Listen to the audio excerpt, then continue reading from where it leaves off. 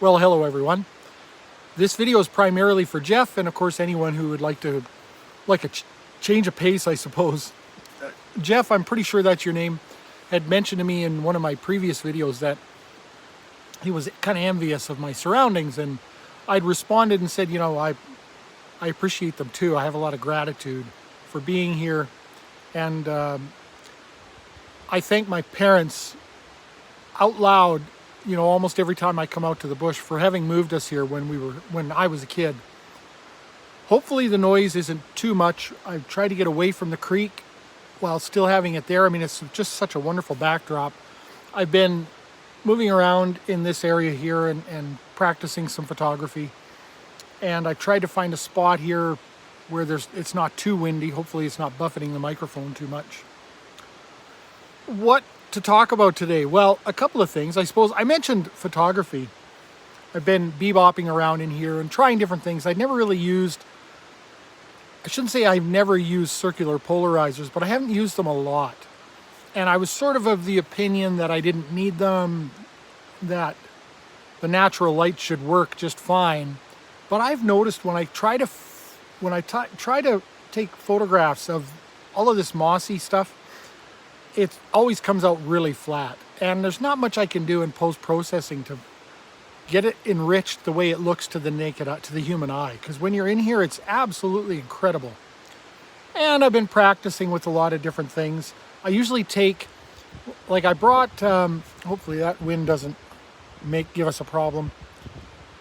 I brought a medium format camera out, which I don't normally do, a Fuji, a GFX series camera, because I'm always a little bit worried about, bashing it against a tree or a rock while I'm out here.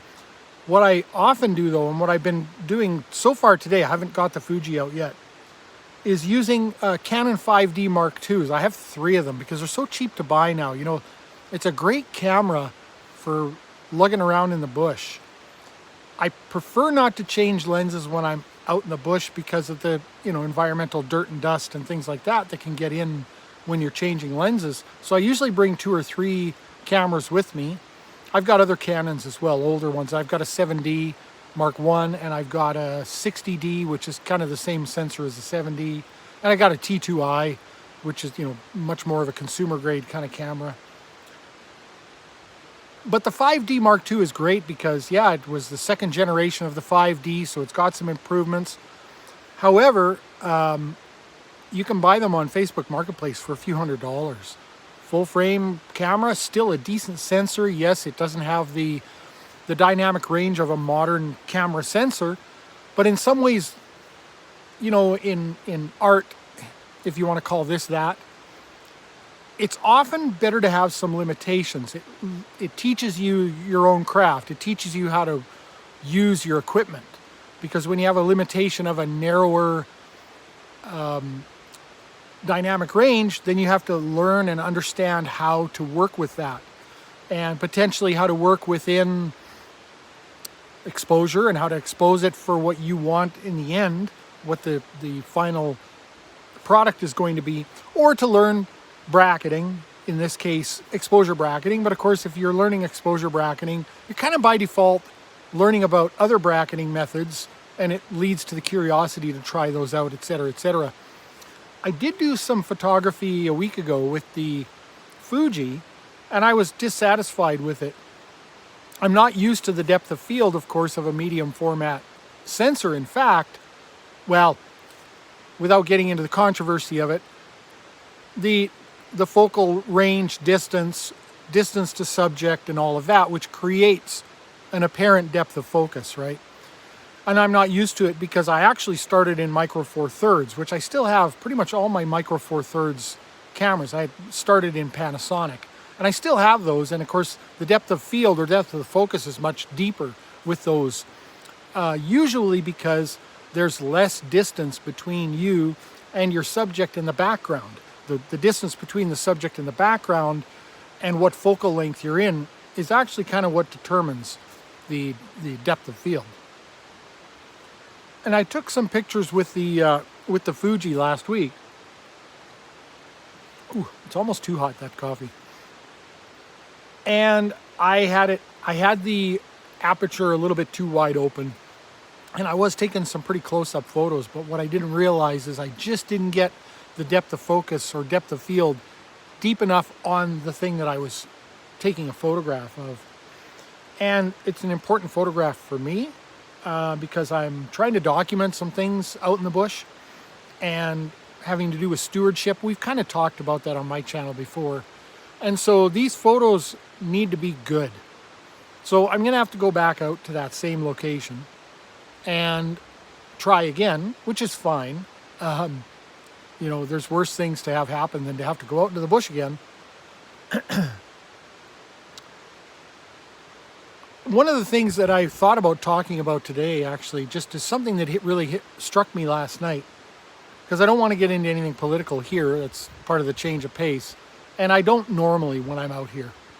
Normally when I'm out here, like I leave the house, I left the house at 7:30, something like that this morning, and I bebopped out here. And so I'm out here pretty early. It's not actually technically that far from home.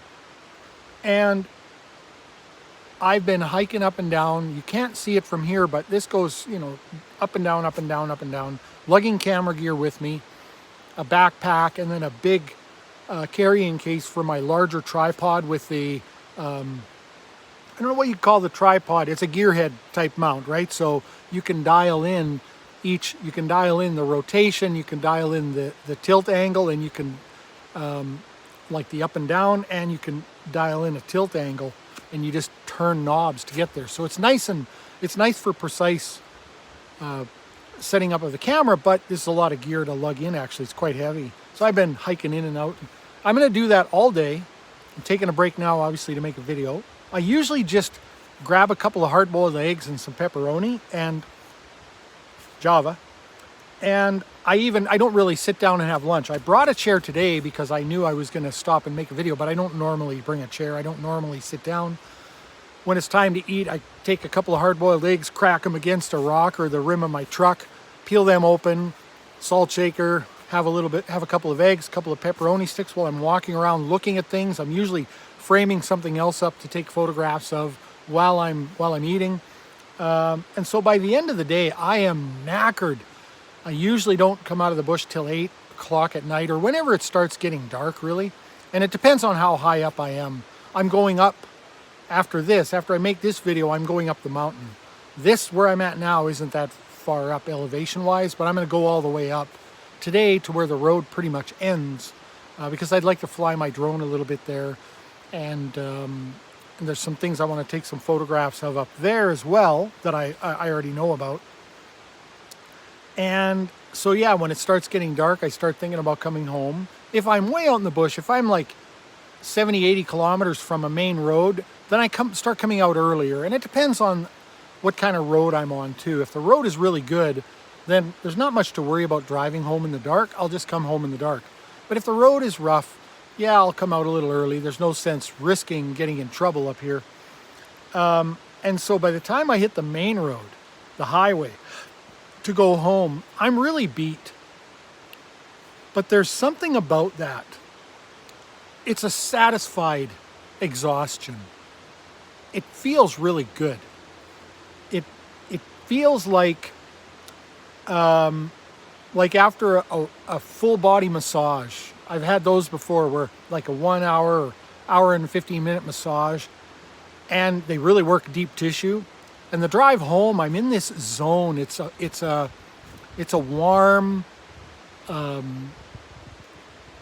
everything has got a bloom to it. Like there's just this really warm feeling to it, comfortable. And that's oddly enough the way I feel when I'm driving home. And I get in this zone, I usually pop the sunroof. I don't have a sunroof that slides. It just pops open in the back, which I prefer. The sun doesn't beat down on me through the glass, right? It's covered.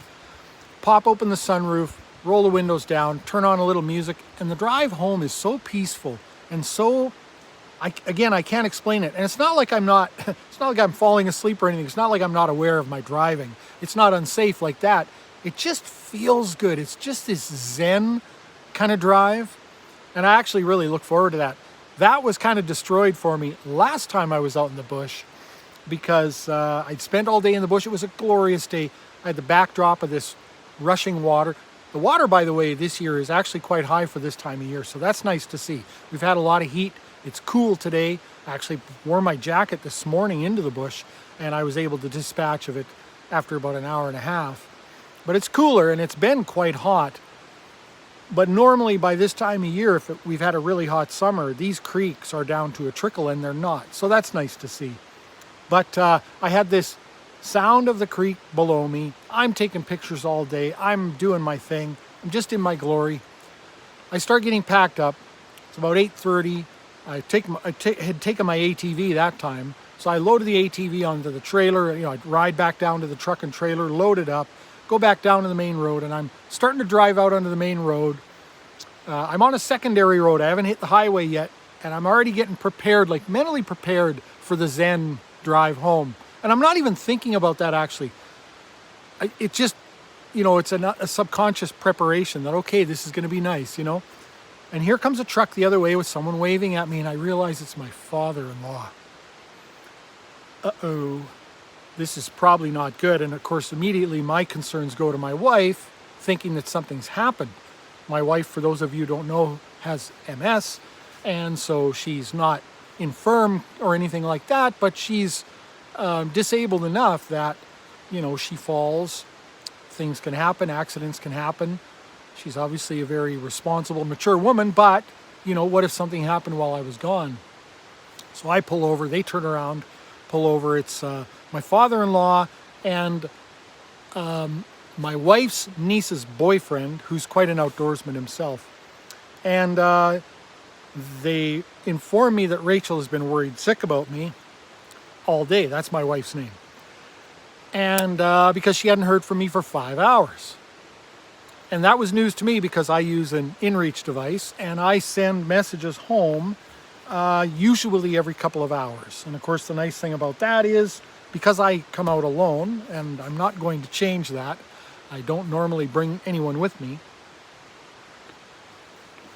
The solitude of being up here alone is something I really need. And I grew up with it. I grew up out in the bush hiking around alone. So this is my place. This is my safe space, if you to use a overused term, phrase. And I guess for some reason my messages weren't getting through, even though I was getting the confirmations on the inReach device that the messages were delivered. She hadn't heard from me for 5 hours. She was panicking because it's not like me. That's the thing. That's what got her. If I was a little less responsible, she might not have freaked out. But I'm pretty rapid fire with the messages out. So that kind of was a buzzkill because not only was I not going to have my Zen drive home because I got to go home and comfort my wife, my mother-in-law had gone to our house to comfort my wife while my father-in-law came out looking for me. And not only that, but father-in-law is following me home. So normally, again, I just take my time. I don't go very fast. He's a speed demon, so I'm holding him up, but he won't pass me. So it just kind of took the wind out of my sails. And it really felt like I got my wings clipped because I'm thinking to myself, how am I going to go back in the bush again, knowing that I can't rely on this dang inReach device? What happens if this happens again? And we talked about it, of course. And one thing about it was my wife was able to actually go on my computer and access my inReach account. And what she didn't know is you can actually check the status of all of the various networks on there. And it did show that there were problems, that messages were being delayed. So obviously we've developed some protocols now for what happens if this were to happen again. Because I think I've been using this device for a number of years now and everything's always worked great. And I think both of us had a subconscious assumption that it was flawless, that it's, beyond any kind of errors. And obviously that's not the case. There's no such thing. We never thought about it consciously. It was just sort of an unconscious assumption both of us have made, which we've now been disabused of. So that neither one of us will make that mistake again of assuming that it can't be the system, right? No, now I've shown her how to access those pages. Now the assumption is that it is the system. And for whatever reason, apparently this outage did not affect the SOS functions right underneath that button on the side. That's the expensive button, right? Is if you press that, they're probably sending a search party, maybe a helicopter, whatever. And apparently that was not affected. So had I actually been in dire straits and my messaging wasn't getting out, the SOS apparently would have worked. Now, of course, that's not foolproof either, because you could fall down a cliff and lose your device, or, who knows what, or get, knocked out by a rock or a bear or who knows what, and you can't actually access the device. Even in here, actually, it's difficult to get a good satellite lock. So that can be a problem. So we developed some protocols on how to approach it next time, if there is a next time. And I told her, at the very least, there's not much difference between the time that my father-in-law came out looking for me and dark anyway. So, I always try to get my truck to an area where I have cell service by the time it is like fully dark. So whatever that is, at that last week, that would have been 9:30 maybe, or something like that, or dark enough. So if you haven't heard from me by then via cell phone, then maybe start to get worried, because that's sort of my backup, is I'm gonna get my truck down to the civilization and send you a text via cell phone. Perfect storm though last week, because that's exactly what I always do, and that's what I did. Unbeknownst to me, for some reason, my messages weren't going out on my cell phone either. And it wasn't until I hit a neighboring town when all of a sudden I got a whole bunch of... I'd been on the road for 40 minutes already by this point, thinking that I'd gotten my message through to my wife, that I'm on my way home. I've seen your dad on the road. I understand what's going on. Thinking that message had gotten to her, that hadn't gotten to her either. And when I got into this neighboring town, all of a sudden I got a whole bunch of notifications, and my phone actually notified me that there was a voicemail there, and the phone rang. It was my wife calling me. So I pulled over, answered the phone, dealt with that, and then realized, oh, she's left me a message. Oh, there's all these texts and other notifications that had come through long after I supposedly had cell coverage. So that was kind of a perfect storm. But one other thing I wanted to mention, though, just talking about family, my wife, all those things, it really struck me last night actually, that it's been almost 25 years since I spoke to my dad. And some of you, there might be a couple of you who remember, it's been over 10 years ago now that my dad passed away, and I actually made a couple of videos on my channel when that happened, discussing it. And we had been estranged before that for over 13 years. So it's going on to 25 years since I talked to my dad. That really hit me. That's some of the things that I think about when I am up here in the bush. My mom, my dad, and my puppy dog, all of whom I've lost in the last number of years.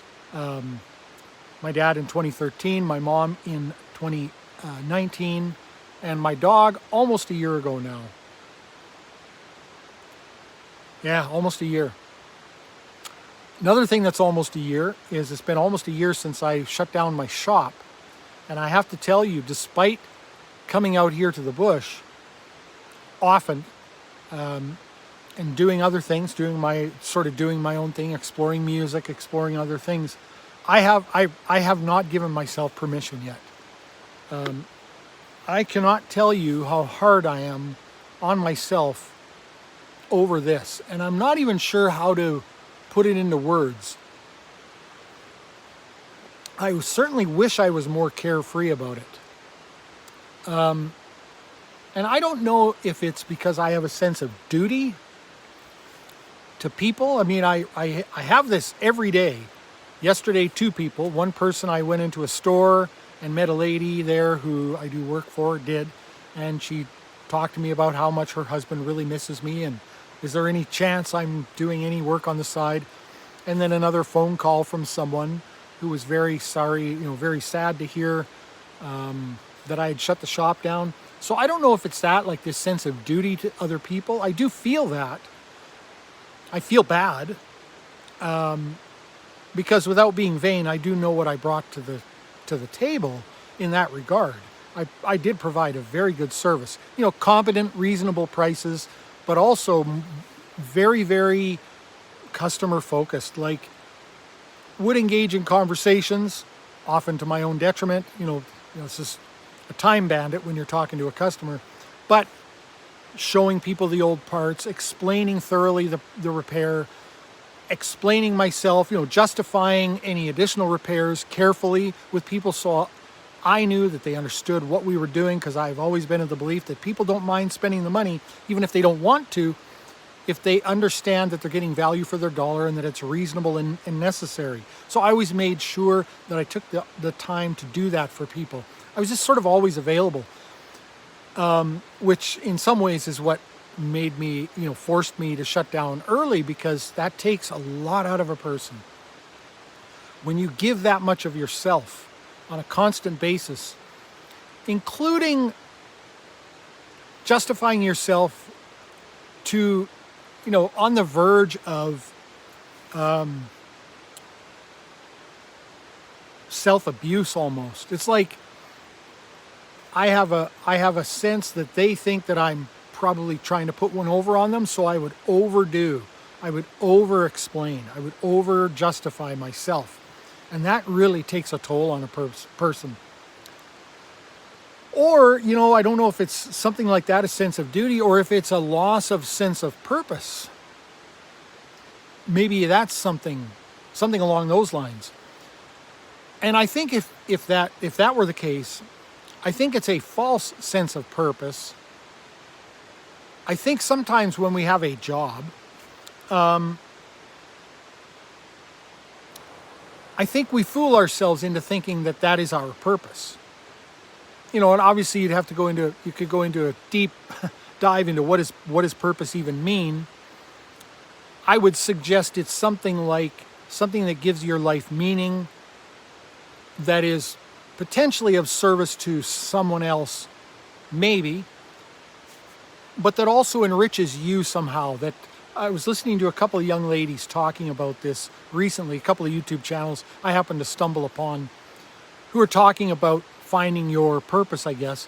And the one girl was talking about, something that lights me up, she says. Something that lights a person up. And I sort of understand what she means by that. And there are things that light me up for sure. The photography, the clambering around in the bush, playing music. There are a number of things that kind of light me up. I don't know if those things are my purpose or what that means just yet. And so I don't know. Is it that having a job, even if it is not just a job, a 9-to-5 kind of thing, but it's actually a business where you're directly building your own clientele and are answerable to them and are building something. So it's not insubstantial, but is that your purpose? I mean, the work didn't light me up anymore.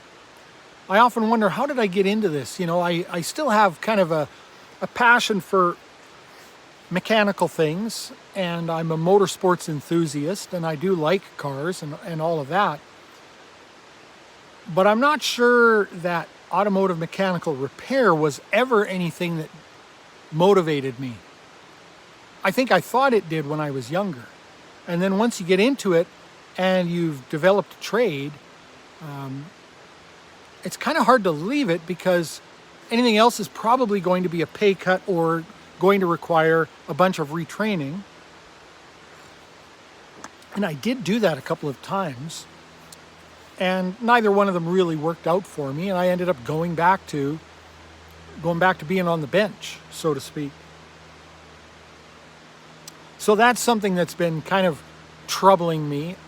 I don't feel like I've made a fuck of a lot of progress in 11 months in that regard. Some probably. I think I made more progress initially, and then a lot of that kind of clawed back once I went past my normal fall holiday period. Because that's when I shut the shop down, was at the commencement of what would normally be my fall holidays. The previous year I took 7 weeks off. So it was sort of after a couple of months, I think a lot of that feel-good stuff kind of clawed back. And I've been steadily maybe clawing some of it, like regaining some of it, but it's been a very slow process. And I think that's partially the nature of this guy up here. It's just kind of who I am. I'm very hard on myself anyway. I'm introspective, sometimes too much so, and that can be hard on a person. You know, I've got an older friend. He's 78, I think, something like that. And I went and told him when I shut down the shop, and then I went back to him maybe a month later. We went out for lunch, and he said, "So how you doing?" You know, and I said, "Oh, I'm still being pretty hard on myself." And he says, he says to me, "Well, I suggest you quit that." And you know, we're it's so easy, right? And he is much more of a matter-of-fact kind of guy. So he was the one who said to me when I was, you know, beating myself up over euthanizing our dog. He said, "What do you think? You did it too soon or you did it too late?" And I said, "Oh, I think probably too soon." He said, "No, you didn't do it too soon. It's never too soon for them. We always do it too late for our, because of our own selfish reasons." And, again, I think that was a kind thing for him to say. But he is very much matter of fact like that. I'm not the kind of person who can just go, "Oh, okay, well then that's over now." I just don't operate that way. And I suspect a lot of people don't. So that's one thing I will say, though, is coming into the bush. That's one thing that this is good for me, is having that opportunity to sort of feel at peace with my parents and my puppy dog. I don't know, there's something nurturing about being here. And maybe it is just that this is how I spent my youth, is hiking around and exploring the wilderness, literally alone. There were a few times when I actually slept out here and horrified my mom probably. Just because I got too far from home to make it home before dark, and I just lean up against a tree and go to sleep. Interestingly enough, though, I won't be doing that tonight, I don't think, because it's already cooled off now. It's only 1:25 in the afternoon, and some clouds have come overhead. And I'm ready for my jacket again, which is amazing because it's been, well, down low and where the civilized people are. It's been, hovering around the high 30s and even 40, 41 degrees centigrade for weeks. So it's actually very nice to have this cool weather. Obviously, it's not this cool down low again, and it's going to be cooler up where I'm going, so I'm glad I brought a jacket. But it is lovely, and it is a wonderful place to be. Last time I came up to this very location, I brought a friend up, which I don't normally do. And oftentimes I'll mount a GoPro onto the hood of my truck and videotape while I'm driving. Just in case, you never know what might happen that you're going to be thankful that you have that footage for. And I didn't bring it the time I came out with my buddy. And coming up to this very place, a grizzly crossed the road in front of us, which is exceedingly rare to see. Like first of all, they're usually not this low. It was early spring. They're usually not this low, and they're just much more elusive than I see black bears all the time. I'm more likely to see a black bear leaving home on my own driveway than I am in the bush, mostly because the black bears down where I live are habituated to human habitation, and so they don't really give a shit. Up here, at the first sight of any human being, their whole coat jerks like they've been startled, and they're off like a shot. But you do see them, not grizzlies. You don't see them almost at all. And no GoPro on the hood of the vehicle. But it was good for me to see that because I frequent this area a lot, and I don't often take any bear precautions when I come here. I'm always alone. And knowing that there's a potential for grizzlies here, I've changed my habits a little bit. As much as I don't like to, when I arrive, on the Forest Service road that brings me here, where I park, I honk the horn a number of times, and then I'll usually yell and clap when I'm walking into the bush now, because I've never had any bear sign here. There's never any tracks or bear shit here, but obviously there's a potential for there to be a bear here. I tried whistling, you know, like the two-fingered whistle, but I am so loud with my whistle, it hurts my own ears, like badly. Now, I used to do that when I was a teenager, and I don't recall hurting my own ears. But obviously you can't finger whistle and plug your ears at the same time. So that doesn't work. Maybe I need to bring earmuffs. Because I even thought about bringing a little air horn. You know, yelling, I'm not sure how well that carries, but an air horn would carry. And then I thought, gosh, do I really desire to annoy the wildlife with such an unnatural sound as an air horn? At least a human whistle, I mean, it's an analog thing. It's made by a flesh and blood creature. So while it might not be a normal sound for the wildlife to hear, I doubt it would be as jarring as an air horn. And after all, I want it to be somewhat jarring. That's the whole point, is to alert bears and maybe moose, if there are any here. Oh, I got a moose story. That I'm here so that I don't have any unfortunate encounters, because they really don't want anything to do with us. Week before last, I was up at another area entirely, quite a bit higher in elevation, quite a bit farther from the main road, and I was getting some beautiful photographs of a creek, and the sun had gone down, so it was probably 7:30 p.m., maybe 8 o'clock, in that range, and it was getting dusky, and that's perfect time to be photographing some things like this creek, a large creek. And I'm in the door of my truck, just on the other side of a bridge over the same creek, and I'm moving some things around. I'm getting some things ready for some more shooting. And out of the corner of my eye, I catch something, and I look over, and there, standing on the bridge, is a cow moose. She's 50 feet from me. And I'm kind of shielded by the open door of my truck. Like, I got the back door open, and I'm kind of peer out around it. And I see her, and so I just duck my head back in, because I'm like, holy heck. For the record, I love moose. I don't know why. I don't know what it is about them. They're like my favorite big game animal. I don't hunt. I think it's something about the awkward nature of the way they look. They just have a unique facial structure. They're just weird looking. And of course, obviously, a bull moose has got, a headdress too, which is interesting. But I've had some encounters, usually with cow moose, and I love them. I think they're just the coolest animal. So I'm like, holy cow. So I just kind of carefully turn back in, and I reach in, I pull out my DSLR, turn it on, get the lens cap off, and I switch around. But by that, and I was barely moving. But I think what happened was she came out of the bush and was going to cross the bridge and go wherever she was going to go. And at the last minute, she saw my truck. And that's not normally there, right? Because I don't think I was moving all that much, and I wasn't making any noise. I was quietly going through some things in my camera bag.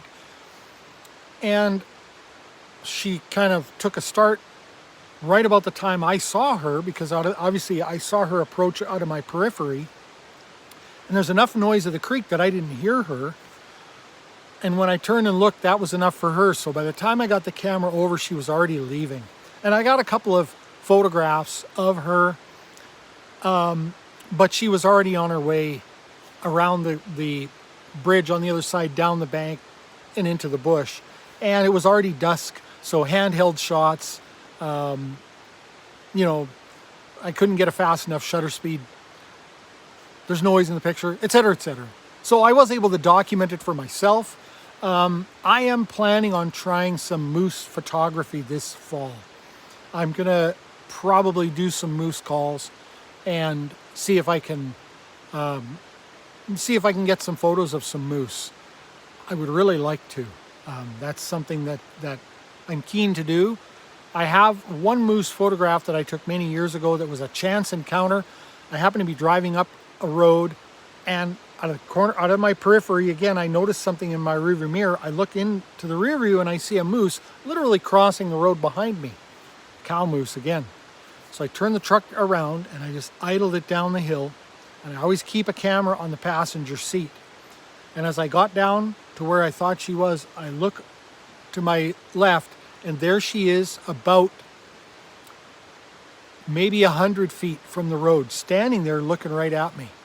So I got the camera, pulled zoom, got a photo of her, and then I thanked her for posing, and I gently left because I didn't want to, alarm her anymore. I love that photo, and I'd like to get more of them. So I'm going to end it here.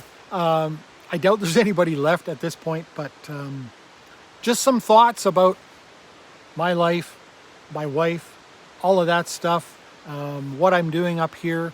Like I said, I'm going to head up further and do some more photography and fly my drone a bit. I'll have another coffee by the time I'm up there. Wait for the sun to go down, and I'm going to come back down here. There's a spot that I can get to where I've got a great view of the creek and then all these mossy beds going up the bank from it. And I'm going to try some more work with that circular polarizer and see if I can get a much more vibrant view of this moss, something that's akin to what the eyeballs see. Our human vision is actually pretty amazing. Obviously, I don't have anything to compare it to, but I sure like it because this place looks beautiful to me. And I'd like the photographs to reflect that as much as possible. If you have any suggestions about that, by the way, of course, I'm always all ears to any recommendations or anything like that. Any other comments are welcome. Thanks for watching. Well, postscript. It's about 7:30 p.m. and it's about time to start packing up and heading out of here. It's going to take me half an hour or something like that to do that. I'll probably pour myself another cup of coffee and just sit here and look at the creek for a little while before I actually head out. You can actually feel the creek in this bridge that I'm sitting on, even though it doesn't have any pilings or anything that go into the ground there. It's just picking up the vibrations from the banks, I guess. But yeah, it is nice to have still some hot coffee. Gotta love a good thermos. Anyway, thanks for coming along with me for today. And yeah, this is what I'm going to be closing out the evening to, is the beautiful serenade of this. The video doesn't do it justice. Beautiful aqua blue kind of color to this water. It's got whatever minerals it's got from the glaciers up above. There are glaciers up above here. There's still actually, I've been up top, as I mentioned earlier, and there is still quite a bit of snow. I think more than usual for this time of year, which is nice because last year it was definitely a lot less than usual than at this time, at this time of year. And there's still plenty of water flowing in the creek, although a lot of the smaller tributaries have dried up, but that's normal for July and August every year. That's just normal. So anyway, what a beautiful day. And yeah, comment below. And bye for now.